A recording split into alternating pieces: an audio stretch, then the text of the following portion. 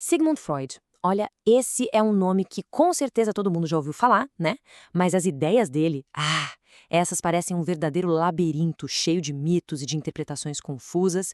Então, a proposta aqui hoje é justamente criar um mapa claro, direto, para a gente navegar pelas teorias mais impactantes dele e, mais importante, para entender por que elas ainda fazem tanto sentido na forma como a gente fala sobre nós mesmos. Para começar, vamos pensar numa coisa. Imagina se existisse uma substância assim, que prometesse tudo isso. Parece bom demais para ser verdade, né? Mas e se essa droga fosse a cocaína? E um dos maiores defensores dela fosse ninguém menos que um jovem Sigmund Freud? A história começa lá em Viena, em 1884. Um jovem médico, o nosso Sigmund Freud, estava lutando para se destacar num campo super competitivo da medicina. Ele era brilhante, ambicioso, mas também cheio de inseguranças e louco por reconhecimento. E aí, um dia, ele se depara com um composto novo que parecia ser a cura para tudo: depressão, cansaço, até vício. Freud ficou tão, mas tão impressionado que começou a usar em si mesmo. Ele descobriu que a tal substância dava mais energia, melhorava o humor, deixava ele mais confiante. Ele receitou para a noiva, a Marta, para os amigos, para os colegas. Ele estava tão convencido que escreveu um artigo chamado Über Coca, que significa sobre a coca, elogiando todas as suas virtudes. E essa história toda não é para chocar. Nada disso. É para a gente já começar entendendo a figura complexa que vamos explorar. Um pensador genial, sim, mas também um homem falho, profundamente humano. E como a gente vai ver, essa história é só a pontinha do iceberg. Pois é, essa história do envolvimento do Freud com a cocaína é só um exemplo da personalidade complexa e muitas vezes contraditória dele. E para entender de verdade as teorias, a gente precisa primeiro entender o homem que estava por trás delas. Então, qual é a grande sacada de Freud? Resumindo bastante, é o seguinte: nós não estamos no controle total da nossa própria mente. Freud acreditava que somos movidos por forças poderosíssimas das quais a gente nem tem consciência. E são essas forças que moldam nossos pensamentos, sentimentos e comportamentos.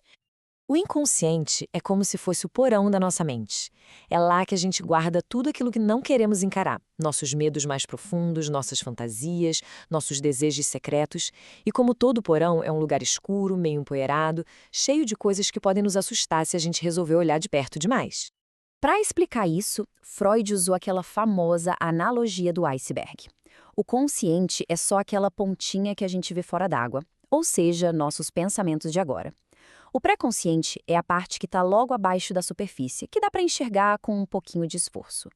Mas o inconsciente é a massa gigantesca e invisível de gelo que fica submersa e que, no fim das contas, dita a direção de todo o resto. Essa analogia do Freud sobre a arquitetura da mente é fascinante.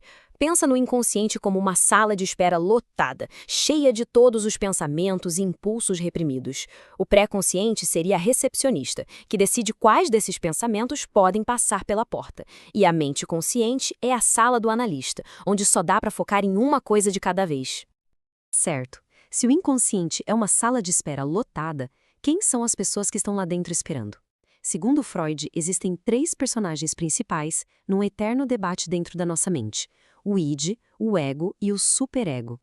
O id é a nossa parte mais primitiva, é a criança birrenta que mora dentro de nós e que quer o que quer e quer agora. Ele é movido pelo princípio do prazer, buscando gratificação imediata. Do outro lado tem o ego. O ego é a parte da personalidade que precisa lidar com o mundo real.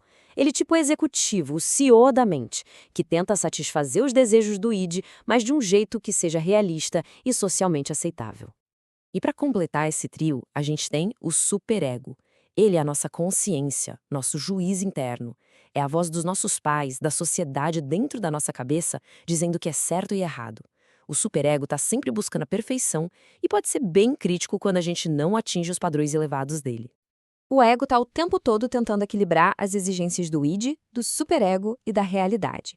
É como um cavaleiro tentando controlar um cavalo selvagem e muito poderoso.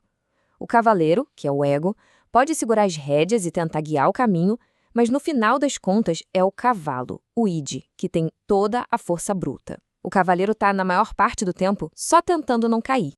Pensa só, o ego vive sob ataque de 3 lados ao mesmo tempo. O id exige prazer, o superego exige perfeição e a realidade exige praticidade. Não é à toa que o ego se sente sempre pressionado, né? E o resultado dessa tensão constante? Ansiedade. Então, como é que o ego lida com essa ansiedade toda? Ele não vai para o combate de peito aberto.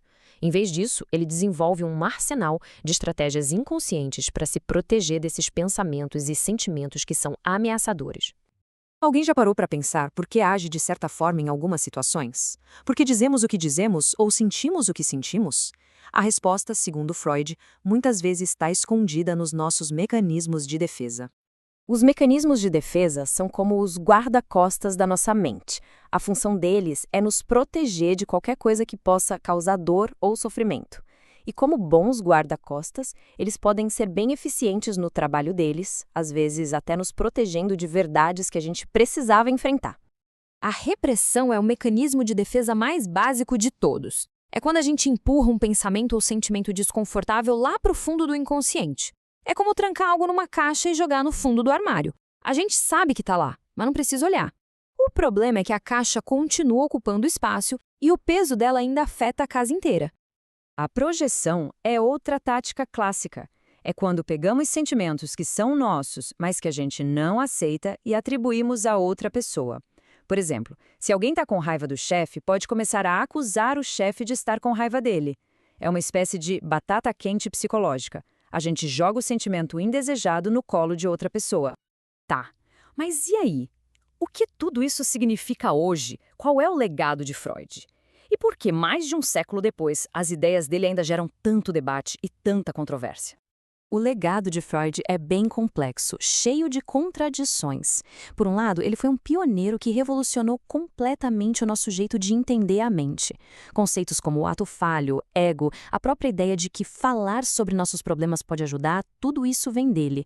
Por outro lado, ele era um homem do seu tempo. Seus métodos não são considerados científicos hoje e algumas de suas ideias, principalmente sobre as mulheres, são vistas como bem ultrapassadas. E isso nos deixa com uma última pergunta.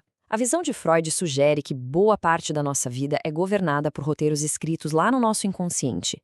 Isso nos faz questionar o quanto das nossas escolhas são realmente nossas. Quanto do que a gente acredita ser livre-arbítrio é, na verdade, o cavalo selvagem do id nos levando para onde quer, enquanto nosso ego só tenta se manter na cela. Essa é a pergunta inquietante que Freud deixou para todos nós.